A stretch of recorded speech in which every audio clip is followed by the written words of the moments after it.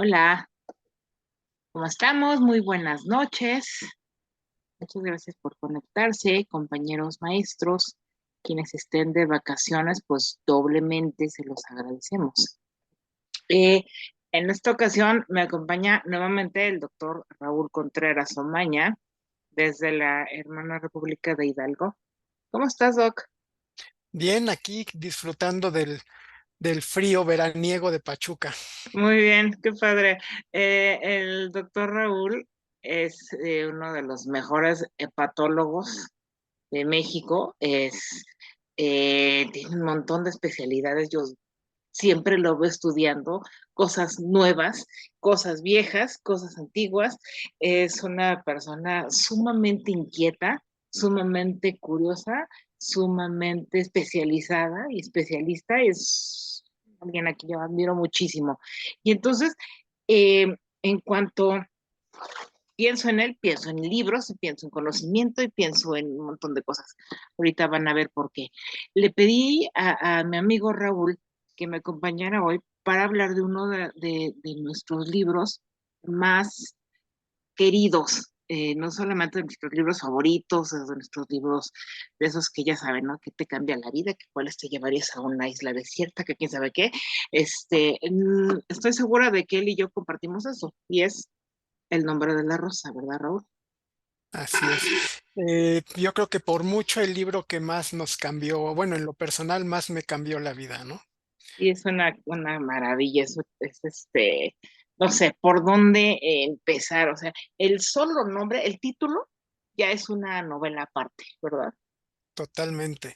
Y bueno, digo, no es por spoilear, pero el título y el final al final se enlazan de una manera tan increíble que te deja simplemente con la boca abierta, ¿no? Sí, tú que eres Humberto ecólogo, has de saber que el libro se iba a llamar La Abadía del Crimen o algo así, ¿no? Así es. Y que luego él dijo, pues no, sonaba muy policíaco y la gente solamente se iba a centrar en lo policíaco. Y como buen lingüista y como buen Semiota. semiota, etcétera, se dio cuenta que era bien importante las palabras que iba a Así elegir para es. denominarlo, ¿no? Entonces, ¿qué decimos al respecto? No, y finalmente es lo que comentábamos, ¿no? No solamente fue el elegir un nombre que no desviara a la gente la atención hacia algo policíaco, sino la manera, a mí se me hace poética, en Ajá. la que el título cierra el libro, porque en realidad el título cierra el libro, cierra la novela, y a mí me parece uno de los finales más hermosos y perfectos de la literatura.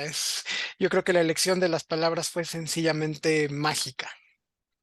Sí, una rosa son muchas cosas, ¿no? Así es. Tiene tantos significados y a la vez es algo tan sencillo y tan poético como bien señalas. Sí, Híjole. y además hablando de simbolismo, como Humberto Eco, aparte de semiota, era amante de los símbolos, eh, pues la rosa es el símbolo femenino por excelencia, ¿no? Y es el símbolo de la Virgen, y es el símbolo de la pureza, pero también el símbolo de la pasión. Es un símbolo muy bien empleado a lo largo de la novela y que precisamente la manera en la que lo usa para cerrarla es perfecto. O sea, sencillamente de repente da un giro muy grande de todo lo que es el enfoque filosófico, histórico, policíaco de la novela para darle un cierre muy poético, pues sorprendente, ¿no? La verdad. Sí, bueno, es una novela muy conocida y si no la novela, la película, que es igual de buena, es maravillosa, pero quienes no la conozcan o necesitan una recordadita, vamos a dar una breve sinopsis, ¿te parece? Sí, claro. Este, Todo comienza en una mañana de 1300 algo, cuando Fray Guillermo de Baskerville, que era un monje franciscano y antiguo inquisidor, con su discípulo, el novicio Atzo de Melk, Aso de Milk. que él es quien relata la historia, acuden a una abadía benedictina, importantísimo que sea benedictina, por una simbología que estoy segura que ahorita vas a abordar, este, para intentar esclarecer la muerte de un monje, que no nada más es monje, sino que es un miniaturista, Y Fray traductor. Adelmo y traductor, ajá. Y durante su estancia en la abadía van desapareciendo misteriosamente más monjes, ¿qué más? Y gracias a la información que van aportando otros monjes, se van esclareciendo los hechos, empiezan a aparecer los móviles, que parece ser algunos antiguos tratados de Aristóteles Aristóteles. sobre lo lícito de la risa, y se encuentran en la biblioteca laberíntica, eh, de la cual se decía que era la mayor biblioteca del mundo cristiano. Entonces es la típica novela policíaca en la que hay que escribir, descubrir quién es el asesino, qué hicieron las víctimas para ser asesinadas. Nadie lo sabe, pero aunque eso ya solito eso es razón de más para que te claves en la historia, todo eso que acabamos de mencionar no es lo más importante, ¿verdad? No, no. Algo que a mí me encanta del nombre de la rosa es que en realidad Humberto Eco no la quería escribir. Humberto Eco no era novelista, no había escrito jamás una novela. Él era, como dices tú, semiota, lingüista, filósofo y profesor. Más bien era columnista, ¿no? Pero él era también un apasionado de la historia de la Edad Media, ¿no? Era un amante de la Edad Media y de todo eso que leía de filosofía de la Edad Media y de historia de la Edad Media y simbolismos de la Edad Media, sintió la necesidad de escribir la novela, ¿no? Tú y yo también somos, salvando las debidas proporciones, obviamente, también somos amantes de la Edad Media. Sí, de hecho, hace poco comentaba con un buen amigo que justo en las apostillas al nombre de la rosa, que es la parte final del libro, viene una de mis frases favoritas de toda la vida, donde Humberto Eco dice que es un error grave pensar en la Edad Media como una edad de obscurantismo, ¿no? Eso ¿Cómo es da algo coraje eso, tremendo. verdad? Y él dice en esa frase que a mí me encanta, donde dice que la Edad Media se pinta a sí misma con colores brillantes, es algo que a mí se me quedó grabado desde la primera vez que lo leí y es muy cierto, él te narra la Edad Media de una manera tan maravillosa que pierdes por completo esa visión de obscurantismo para darte cuenta que en realidad fue un momento de revolución eh, filosófico, teológica, científica, inmenso que permitió la entrada del Renacimiento y luego de la modernidad. Sí, sí, sí. Fíjate que para mí es casi casi una de esas preguntas filtro que me hacen hacerme una idea más o menos amplia de una persona. O sea, si se tratara de un casting, yo les preguntaría, ¿qué opinas de la Edad Media? Y si me dicen lo que acabamos de mencionar, digo, ok, sale, nosotros te llamamos. Totalmente, totalmente. Y aparte, digo, gracias a Humberto, digo, yo le digo Humberto porque aunque Sí, jamás lo pude conocer en persona, es uno de mis mejores amigos. Eh, como dijiste, soy humbertólogo, ¿no? sí. Tengo, no sé, cualquier cantidad de novelas y de libros de Humberto Eco. Ay, me encanta su obra. Eh, y gracias a él me metí más a fondo en lo que es la Edad Media, ¿no? Y Ujú. en lo que es la Baja Edad Media y la Alta Edad Media y todas Estoy volteando porque aquí las tenía diferencias, otro libro ¿no? de Humberto Eco que tú me regalaste. Bueno, a ver si. Baudolino, Sí, Baudolino, que para mí es el segundo mejor libro, la ahorita segunda mejor novela de Humberto después del Nombre de la Rosa. Eh, Tristemente ya después algunas de las novelas de Humberto ya no fueron tan está buenas, hasta allá sobre todo arriba. las últimas, Ajá, pero creo que tiene tres que son muy dignas de leer. Obviamente en el top estaría en tercer lugar El péndulo de Foucault, que es un librazazazo, lleno de simbolismos. En segundo lugar pondría yo Baudolino y en ajá. primer lugar pondría El nombre de la rosa, que es verdaderamente insuperable. Sí, sí, sí, sí. Es un, es su propio género. O sea, Así es. De hecho, ujú. él creó su género. Él y Borges crearon sus propios géneros literarios. No nadie se ha acercado a lo que ellos hacían o escribían o a sus técnicas o a sus instrumentos literarios, ¿no? Ellos eran muy sui generis. Sí, bueno, vamos a empezar. A ver, Es de que de los 80 esta novela, ¿verdad? 1980, Ajá, justamente de 1980, la primer novela de Humberto Eco. La película, que fue por lo que muchos conocimos la novela, es del sí. 86. Esa maravillosa película con Sean Connery, que es un papel increíble y que de por sí la película te deja con la boca abierta, que es maravillosa la película. Pero cuando lees el libro te das cuenta, digo, odio sonar como el típico millennial que dice el libro es mejor que la película, ¿no? Pero aquí sí el libro tiene detalles que la película no había forma de meter tanta información en una película. No, no había forma. A mí también me choca caer en ese lugar Cliché, común, en ese cliché, que además es súper sangrón. Aunque sea cierto, parece como una de esas verdades a priori de que nunca superará, no sé qué.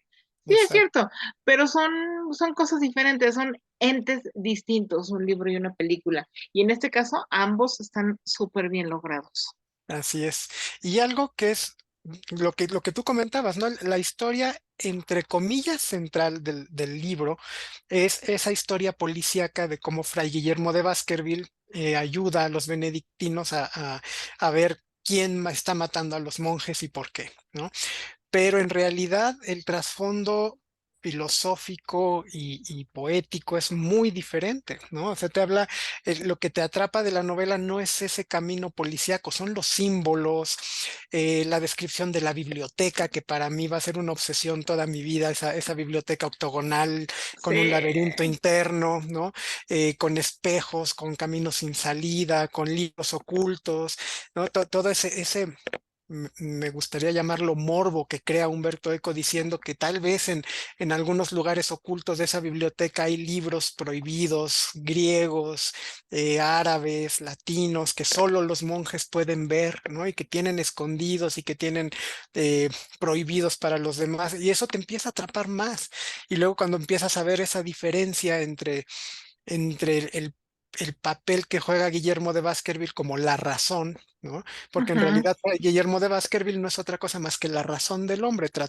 Son los primeros intentos del pensamiento científico claro, por irrumpir en el terreno de la fe, ¿no? sí. Porque finalmente Guillermo de Baskerville es franciscano y contrario a los benedictinos, que son una orden completamente de disciplina y de fe y de pobreza, Fray Guillermo llega a la abadía con una ideología de razón y de pensamiento científico, ¿no? Influenciado por Guillermo de Ockham, influenciado por Roger Bacon, influenciado por todos estos grandes pensadores de la Edad Media, eh, y ya no ve la fe igual. Ya llega a buscar las verdades ocultas con un camino más, sí, de método científico. Y ese es muy interesante ese choque entre el pensamiento eh, naciente de la lógica y de la razón y de la ciencia, con la fe que predominaba en la Edad Media, con los intereses políticos de los dominicos, por ejemplo, que eran los que llevaban a la Inquisición en ese momento. Entonces, es todo un caldo de cultivo perfecto, ¿no? Para un drama filosófico, teológico, científico, político, policíaco. Los personajes son sencillamente perfectos, ¿no? Bueno, ahora que mencionas la fe, desde el punto de vista medieval, eh, ahora medieval es sinónimo mal, pero medieval es sinónimo de oscuro, ¿no? Y como que uno piensa ciencia y medievo y fe es como si fueran algo oculto, algo además contradictorio. Y bueno, hay que recordar que la fe, desde la perspectiva medieval, tomista, ajá, la fe no está peleada Odio con la esa razón. palabra. Sí, me acaba de dar un déjà vu que, bueno, en algún lugar que tú ya pasó, Exactamente. Sí, pero a ver, la fe es un acto de la voluntad y del entendimiento mediante el cual la persona asiente a una verdad universal acepta, relevada, revelada por Dios, por ajá, Dios. Sí, pero la la fe razón revelada a es través de claro, la razón. pero la razón Exactamente. asiente a esa verdad universal a la que Dios mueve mediante la gracia. Entonces, también me acuerdo de la, de la definición, Entonces, la fe tiene ese doble componente, desde luego el sobrenatural, de la gracia, etcétera, pero no se da solito, sino es a través de ese asentimiento de la razón.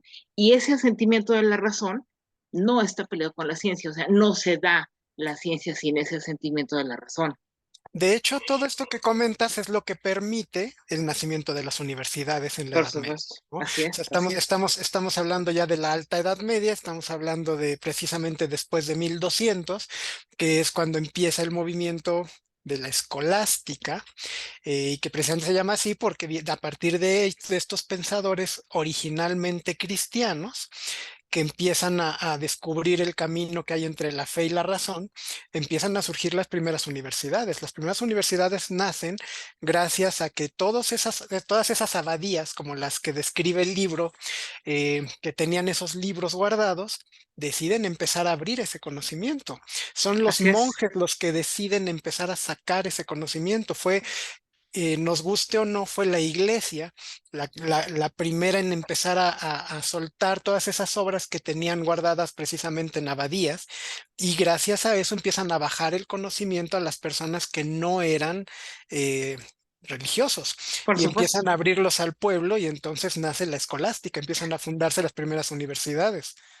Sí, sí, sí. Ahora, aquí, me gustaría hacer otra precisión. Este, Cuando hablamos de razón desde el punto de vista moderno, o sea, tenemos la visión sesgada, por así decirlo, de lo que es la modernidad, el siglo de las luces, el sapere Así es. aude, De de, mil de, de, setecientos 1600 para acá. de Kant. Todos los que nacimos después de De Descartes para 1700, acá, exactamente. los que nacimos de 1700 para acá, de Kant para acá, este, pensamos en la razón como esa luz que de repente enciende todo y se ilumina y ya pensamos, ¿no? De un momento a otro. De ahí viene precisamente el iluminismo, ¿no? O El sea, el surgimiento del iluminismo. iluminismo alemán, junto con el romanticismo después, o con se me fue, híjole, y mira que yo soy amante de Hegel y de Schelling. De Schelling, sí. Entonces, eh, pero el iluminismo nace precisamente por esa visión de la razón humana como una rebelión Ajá, contra lo contra el... impuesto por la fe, ¿no? Exacto. La razón tiene que ser esa chispa que ilumina todo. Y es En el así como, medioevo no era eso. así como que, ¿me ves? Ahora, de repente se Exacto, devela y ya el mundo se iluminó de repente. Y así no, es. la verdad es que esa es solamente una de las visiones sobre lo que es la razón. En cambio, la razón para la Edad Media, por las características propias El tiempo, del tiempo y la posibilidad de difundir el conocimiento, que es totalmente distinta.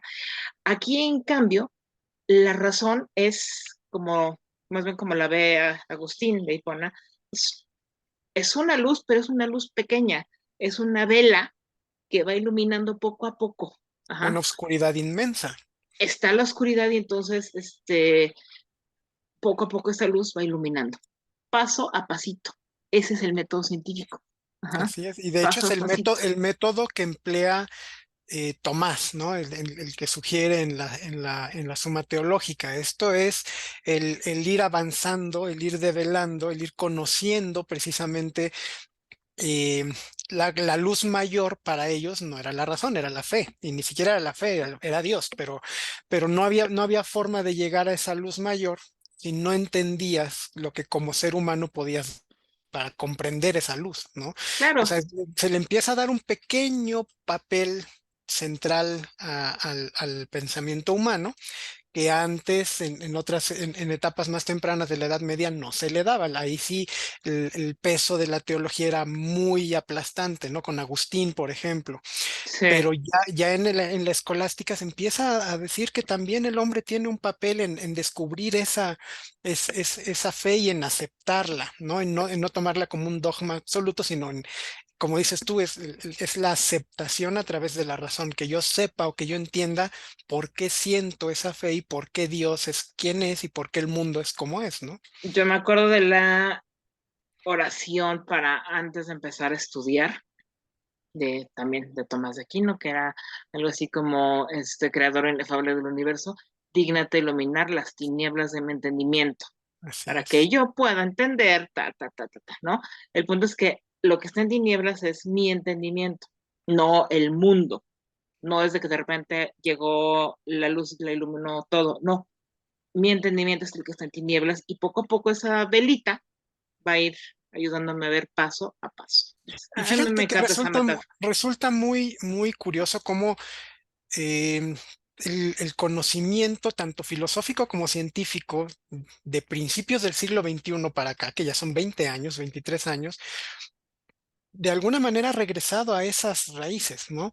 Quitándole un poquito el peso de la fe, pero empezamos a retomar esa idea de que no es la razón lo único que el hombre necesita para comprender el mundo, ¿no? Exacto, Estamos retomando ese viejo camino que dice, no, el mundo te supera y existe una cantidad inmensa de situaciones que no puedes conocer y que no vas a alcanzar a conocer y que con tu pura razón no va a ser suficiente para que llegues a ellas, ¿no? Entonces exacto. vas a conocer lo que esa lucecita te permite ir viendo en el camino, más grande o más pequeña, pero nunca va a iluminar todo, ¿no? Y vas a necesitar más allá de esa luz para ir conociendo, para ir aprendiendo. El mundo actual y las inteligencias artificiales, todo esto lo están demostrando. Ya nadie puede conocerlo todo solamente a través de la razón. El conocimiento se ha vuelto demasiado complejo y entonces estamos regresando a las primeras etapas de la teoría del conocimiento. Ujú, ujú, ujú. Sí, exactamente, poco a poquito. O sea, nuevamente, hay que regresarnos, ¿no? Pero fíjate que, digo, regresando a la novela, justamente hablando de esto, Guillermo de Baskerville hace el papel de esa luz, ¿no? Y Así. la abadía hace el papel de ese mundo que tenemos que conocer. Y más que la abadía, la biblioteca. Yo insisto en la biblioteca porque se me hace, para mí el personaje central del libro es la biblioteca. Entonces, la biblioteca representa ese mundo complejo, ¿no? Que nunca vamos a alcanzar a conocer, lleno de trampas, lleno de caminos, lleno de engaños, lleno de reflejos, lleno de, pero también de verdades. Y que tú necesitas tener la capacidad de ir discerniendo una por una, ¿no? Y de ir Ujú, ujú. buscando y meterte y echarte el clavado y meterte a la cueva y volver a salir y cuidado con el libro envenenado, ¿no? Y cuidado con el pozo sin fondo. Pero es en realidad un camino de búsqueda del conocimiento, ¿no? Y esa luz que va buscando ese conocimiento es el papel que hace Fray Guillermo de Baskerville, ¿no? Ese Mm. maestro que va abriendo el paso a un mundo que parecía imposible. Sí, bueno, tiene pasajes excepcionales, magníficos. También habría que reconocer que hay algunos un poco pesados, un poco oscuros, ¿no? Así escribe Este, Humberto, y creo que sí, es lo que hace que muchos renuncien a sus libros. En el libro de Baudolino, precisamente, al final lo dice, yo escribo intencionalmente mis libros muy complejos, porque si un lector no puede pasar más allá de los primeros 3 capítulos, es un no es lector para ti, que yo no quiero, no ¿no? es para ti. Así, Sí, y él lo pone así por escrito, ¿no? Dice, si alguien toma un libro mío y no pasa más allá de los primeros 3 capítulos, ese es un lector que yo no quiero. no es para ti. Entonces lo hace intencional, mete de repente datos muy oscuros, mete referencias históricas muy complejas, a veces descripciones ya demasiado detalladas de lo que es la historia de Italia, de la Edad Media, por ejemplo, pero si aguantas ese pequeño tramo, después te sorprende con otra cosa, así que te deja con la boca abierta, ¿no? Baudolino, digo, no es el libro del que estamos hablando hoy, pero por ejemplo, el primer capítulo de Baudolino es algo fascinante, está escrito en 5 lenguas revueltas. Entonces es una mezcla de palabras entre provenzal y francés y italiano y algunas de lengua germana y latín y español y todas están revueltas y de alguna manera todas tienen una secuencia lógica. Pero es pesado leer ese primer capítulo porque efectivamente está revuelto. Va una palabra en alemán y dos en español y una en francés y otra vez en provenzal y él lo hizo a propósito. Él hacía ese tipo de cosas completamente a propósito y le gustaba mucho jactarse de su inmenso conocimiento de la lengua, ¿no? Sí, sí, sí. Cómo se le extraña en Twitter y en las redes Pero sociales, ¿no? tremendo. Y además la crítica que hacía de las redes sociales. Como profética. Así O es. sea, ese ejército, las redes están armando un ejército de idiotas, así con todas sus letras.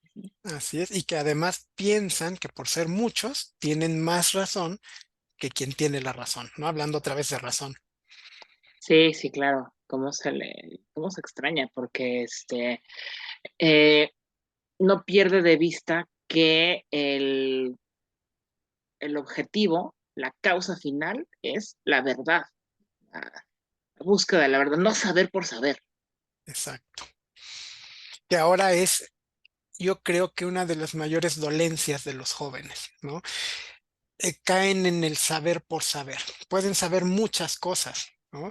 Poquito de muchas cosas, pero en realidad ya a veces no saben ni siquiera por qué lo quieren saber. O sea, tú te metes a redes sociales como TikTok, ¿no? Donde cada cosa que vas pasando hacia arriba te va dando un dato diferente y puedes tener a alguien que te habla un dato de política y le quitas y alguien te da un dato de literatura y le quitas y alguien te pone una canción y le quitas y alguien te habla. O sea, y esa es la manera en la que los jóvenes están recibiendo cultura en la Yo soy actualidad. una super abuela, pero no soporto TikTok.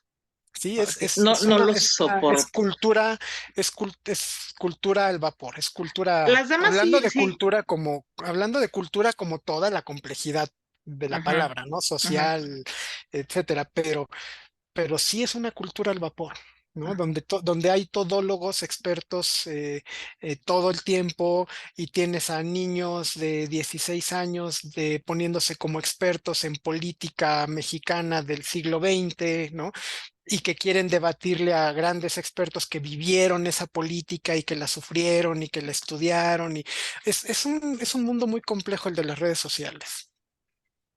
Sí, es una combinación entre banalización y un poco de mercantilismo, pero que también coexiste con buenos debates, con buenos críticos. Está bien, o sea, mantenerse actualizado y hay que entrarse, ¿no? Si no tenemos obsolescencia programada. ¿No? Y sobre todo, como dices tú, hablando de maestros, un maestro que no se sumerge de vez en cuando en las redes sociales para ver cómo funcionan y buscar estas fuentes de conocimiento correctas, ¿cómo va a guiar a los alumnos?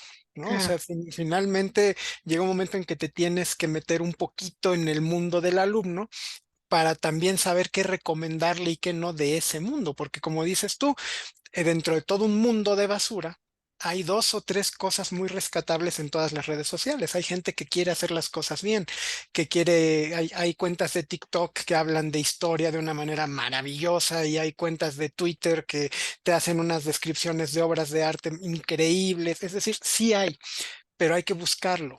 Y después recomendárselo a los jóvenes, porque los jóvenes van a buscar eh, lo que se les ponga enfrente y no tienen todavía el juicio para distinguir que es correcto y que realmente les está tomando el pelo, ¿no?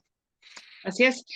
Y a ver, estás llegando al punto central de la novela, que es el conocimiento y Así es. su difusión o su preservación. A ver, en el caso, no sé si estás de acuerdo conmigo, pero en el caso de los tiempos actuales, las redes sociales, hay un montón de información, que no conocimiento, un montón de información, y pareciera entonces que la mejor manera de esconder el conocimiento es ponerlo a la vista de todos, porque solamente algunos Lo van a captar. van a captarlo, ¿no? En esta novela, en el mundo en el que nos sumerge, es lo contrario, el conocimiento se tiene que preservar, ajá, pero la manera de preservarlo es guardarlo para que solamente aquellos que puedan, a fin de cuentas es lo mismo, pero con métodos distintos, que solamente aquellos que pasen la prueba o que lo merezcan sean los que llegan a él, ¿no?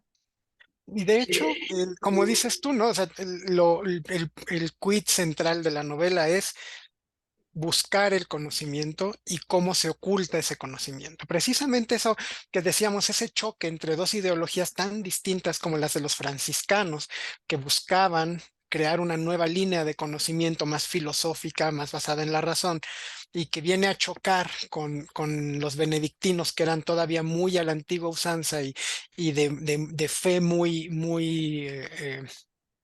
no sé cómo llamarle, muy dogmática, Ujú. ¿no? Entonces, precisamente es ese encuentro, ¿no? Entre una corriente que decía, ya suelta el conocimiento, ya ábrelo, deja que la gente lo tenga, compártemelo, yo quiero saber, yo quiero aprender. Y el otro, ¿no? De la vieja usanza dice, no. No, no, no, tú no mereces esto, este conocimiento no es correcto, esto no es para ti, ¿no?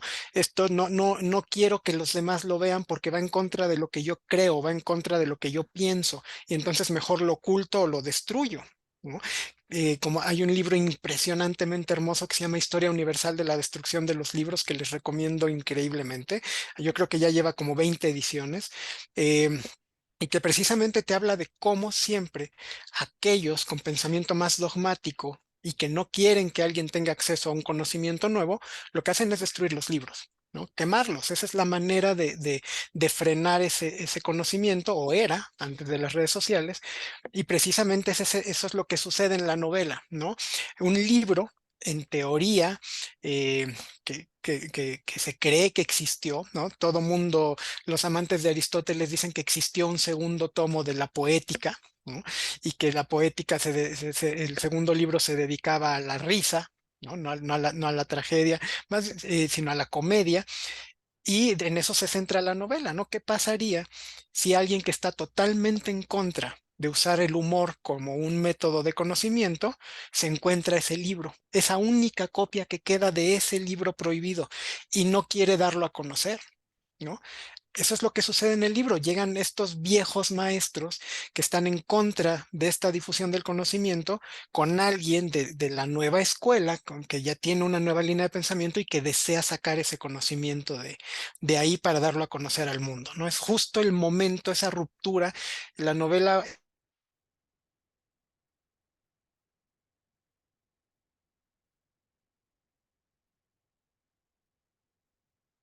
está justo situada en el momento en el que va a empezar a surgir la escolástica, ¿no? Sí, Listo. Entonces, es justo el momento en el que nace la escolástica, es ese momento en el que obligan unos a sacar ujú. el conocimiento a los otros, que lo quieren tener oculto a como de lugar, ¿no? Sí, sí, sí, estamos en la antesala de una revolución del Exacto, pensamiento. así es. Y yo creo que esa es otra de las cosas fabulosas de la novela, que te deja entrever ese momento, ¿no? Ese choque de ideologías que estaba surgiendo justo en esa época, donde unos ya querían abrir el conocimiento y otros seguían celosos de tenerlo, y que además querían prohibirlo porque no iba con su línea de fe o de pensamiento, ¿no? Sí, oye, y el tropo del fruto prohibido, del libro prohibido y la metáfora, porque a fin de cuentas es una metáfora de las Así es, páginas envenenadas. así Háblame de es. eso. De hecho, efectivamente es una metáfora de como si fuera la manzana prohibida, ¿no? Es el libro prohibido. Y ¿cuál es la manera que usa uno de los monjes, que es precisamente el que está en contra de difundir ese libro? Envenena las páginas, ¿no? Sí, sí, sí. Todas las puntas de las páginas, por donde los monjes pasan las hojas, las llena de veneno, y como en aquellos tiempos todo el mundo se lamía el dedo para pasar la página, entonces lo que iban haciendo era iban consumiendo poco a poco el veneno hasta que tenían una muerte muy dolorosa.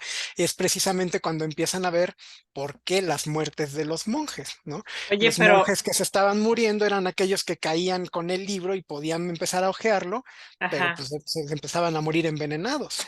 Oye, pero también metafóricamente, me encanta ese hecho de estar, o Ajá, sea, en la lamiendo. medida en que te adentras, Se ajá, iban envenenando más. te vas envenenando, Así es. vas cayendo, Que ¿verdad? para la Iglesia Católica en aquellos tiempos sería, ¿no? Mientras más buscas un conocimiento fuera de la fe, más estás cayendo del lado de Satanás, ¿no?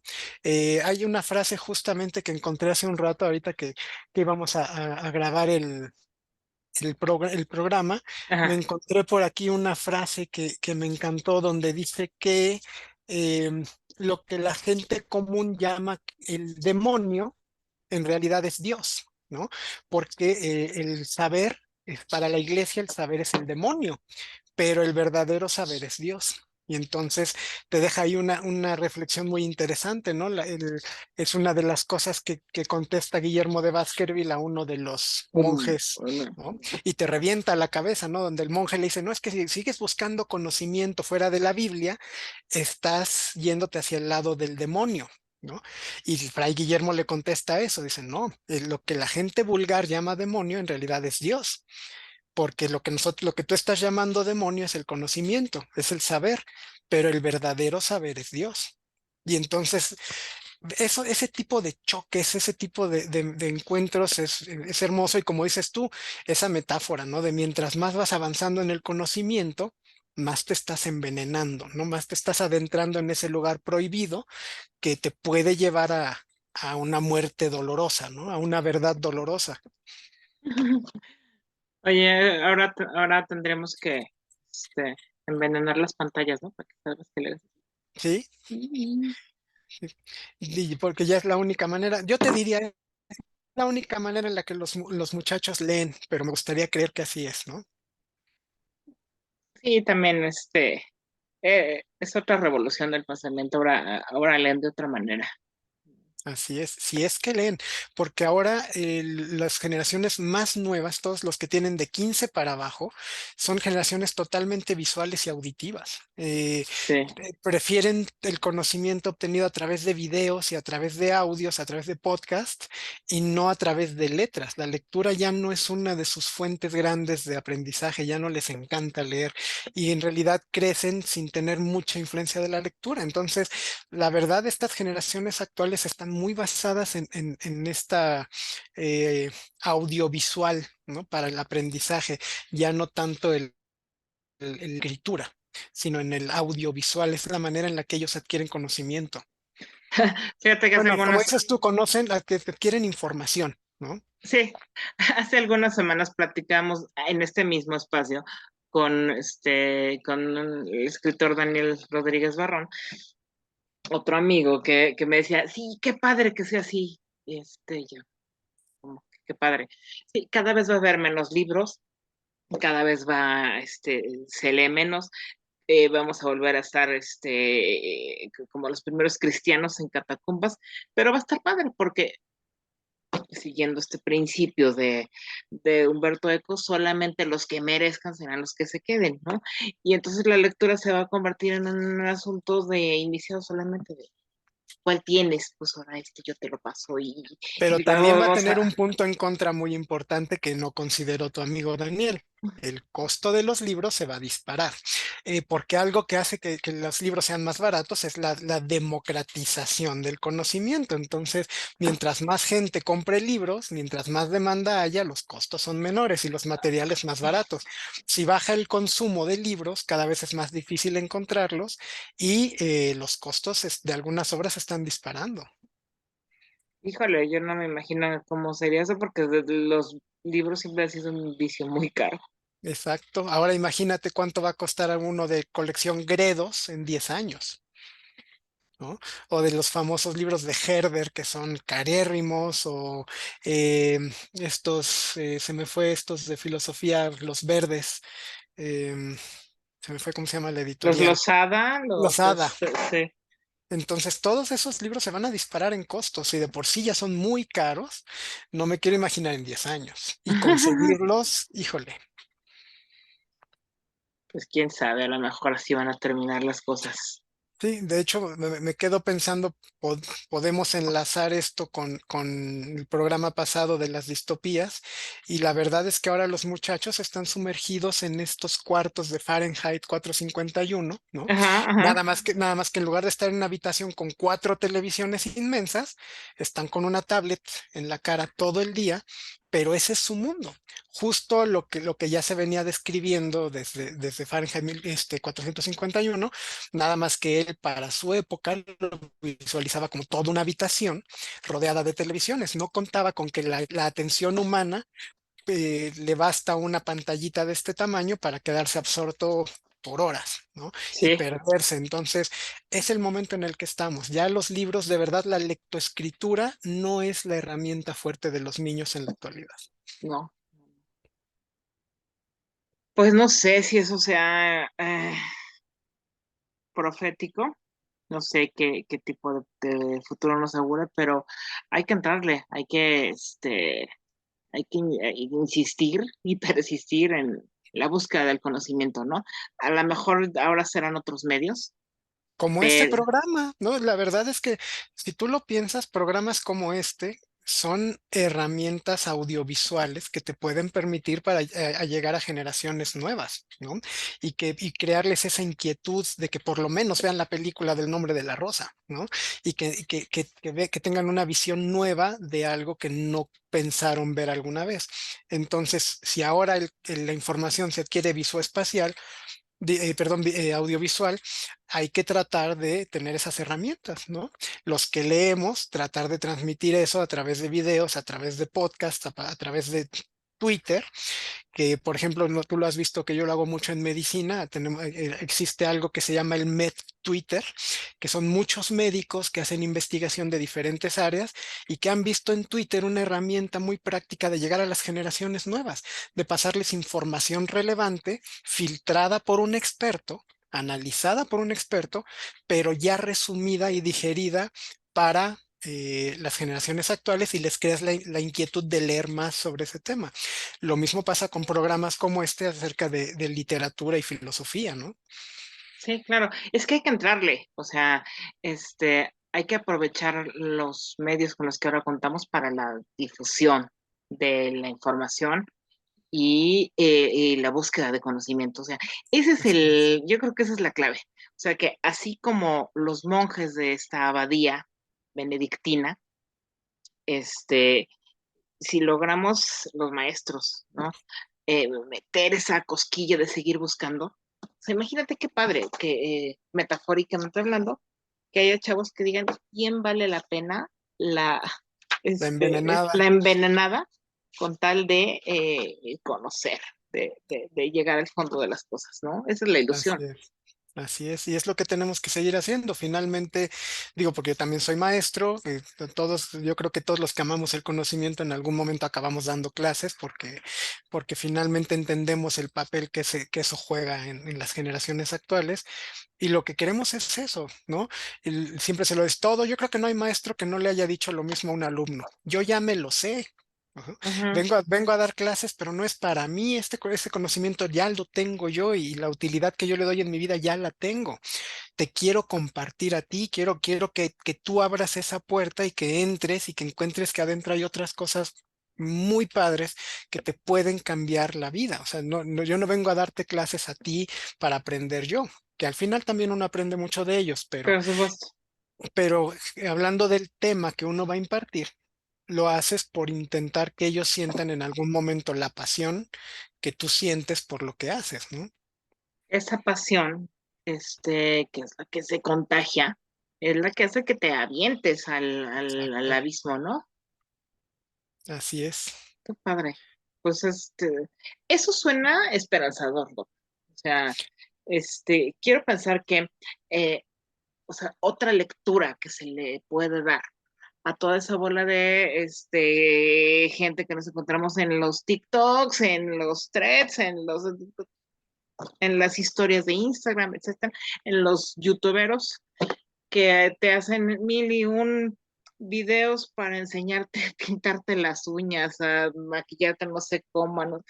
En el fondo es gente que sabe algo y quiere transmitirlo. Entonces, eh, ya existe ese germen. Claro, también hay mucha gente que lo único que quiere son likes y que lo vean, de hablar. Pero dentro de todos esos también hay gente que está apasionada por eso que está explicando. Y es cuando estás apasionado, tienes que sacarlo, tienes que mostrárselo a alguien más. Y a lo mejor, o sea, es aventar una botella al mar, ¿no? Un mensaje al mar. A lo mejor hay un náufrago como tú del otro lado que agarra la botellita y ya estuvo. Esa es la Así es. esperanza, ¿no? Y además algo muy bonito de quien enseña lo que lo apasiona es que además te lo hace fácil. ¿no? Ujú. Muchas veces en YouTube encuentras videos sobre temas que antes pensabas que eran muy complejos y que te encuentras a alguien que es un apasionado de ese tema y que tiene toda su vida aprendiéndolo, enseñándolo, leyéndolo, investigándolo y te lo hace ver tan sencillo y tan maravilloso, ¿no? Como dices tú, encontraste la botella en el mar sin querer y dices, híjole, es que cómo no vi este video antes, cómo no escuché a este cuate antes.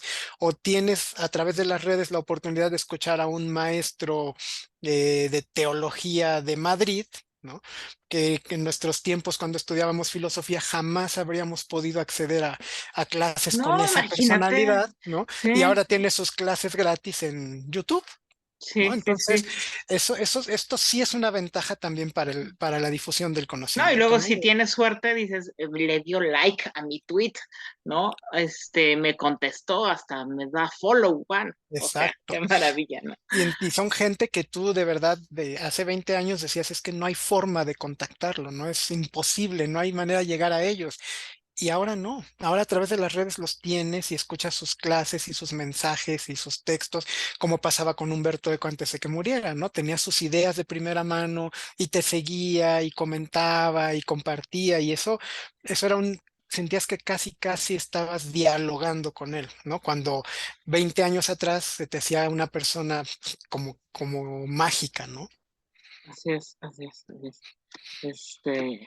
Pues no sé, que se me hace esperanzador esto que dices. Y yo creo que con esta idea tendríamos que quedarnos.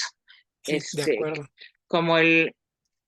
como la última frase del nombre de la rosa, que me gustaría que brevemente las explicar, no, no es que se pueda explicar tal cual, pero ¿qué nos dirías para motivarnos a correr este libro y llegar hasta la última frase? Digo que puedes agarrar y ver así cuál es y leerla, ¿no? Pero motívanos para que Perdería la magia. regresemos al libro y busquemos esa envenenada para por fin llegar al fin de esa frase. Mira, ¿cómo podría yo hacer que alguien entrara al nombre de la rosa? Lo primero que puedo decirles es lo que te dije al principio, me cambió la vida. ¿No? Es Mm, un libro que cambia vidas y como dices tú, no es nada más ese libro de ¿cuál me llevaría a una isla desierta? No, es un libro que te llega a lo más profundo y si realmente amas el conocimiento, te vibra en muchos temas, en muchas situaciones, en el poético, en el sentimental, en el romántico, incluso en el policíaco, en filosófico, en el teológico, en todos te mete, te envuelve, pero yo insisto, esa pequeña historia oculta poética que va entre todos los capítulos del libro de Atso de Melk con esta campesina por ahí que conoce y que es un pequeño hilito, una historia oculta delgadita entre todo el texto del libro, te va llevando ese cuento romántico escondido, prohibido ujú, entre el libro y al final esa semillita de ese romance, ese enamoramiento, ese algo confuso, es lo que florece al final del libro, ¿no? exacto. Lo que florece al final del libro no es nada más la búsqueda del conocimiento, no es nada más lo filosófico, no, es esa parte humana que tiene la novela, ¿no? Esa parte de que los personajes tienen sentimientos y tienen emociones y que no todo es fe y que no todo es razón y que no todo es ciencia, y creo que el mensaje más bonito que deja Humberto Eco al final es que el mayor recuerdo que tiene quien narra la historia al final del libro es esa parte humana, ¿no? Esa parte poética, esa es la que al final te digo florece en la última página del libro y es la que te deja vamos, con la boca abierta, ¿no? Excelente, excelente, querido Raúl. Pues creo que no hay nada más que decir. Hay mucho que decir siempre, Sí, pero yo me quedaría con esa idea que acabas de compartirnos. Eh, Me acaban de dar ganas de desvelarme otra vez buscando yo, entre las yo ya lo páginas. Sí, saqué mi edición, yo tengo una edición del 98 ajá, ya ya totalmente subrayada de la primera vez que lo leí. pues Y sí, justamente ahorita me estoy echando un clavado en algunas de las frases y fragmentos que tengo subrayados y es como volverlos a vivir. yo tengo una edición del 93, nada más. 30 añitos.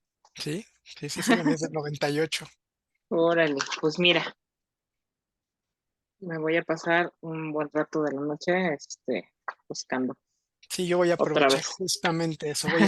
Voy a releer por lo menos los fragmentos que tengo subrayados y para recordar por qué los subrayé en su momento, ¿no? La primera vez que lo leí fue hace 26 años, 25 años, y entonces quiero ver qué pensaba yo hace 25 años que me hizo subrayar esas partes, porque es la primera vez que tomo el libro después de 25 años que lo terminé de leer. Entonces, me estoy encontrando con cosas muy, muy gratas. Qué padre. Muy bien, querido Rol. Pues muchísimas gracias. Te mando un abrazo muy fuerte y que no sea la última vez que aceptas esta invitación para seguir platicando de libros. Ya sabes que soy muy rollero, entonces cuando quieras. Muy bien. Hablando de este asunto de aprender cosas, de perseguir el conocimiento, que a fin de cuentas es perseguir la vida.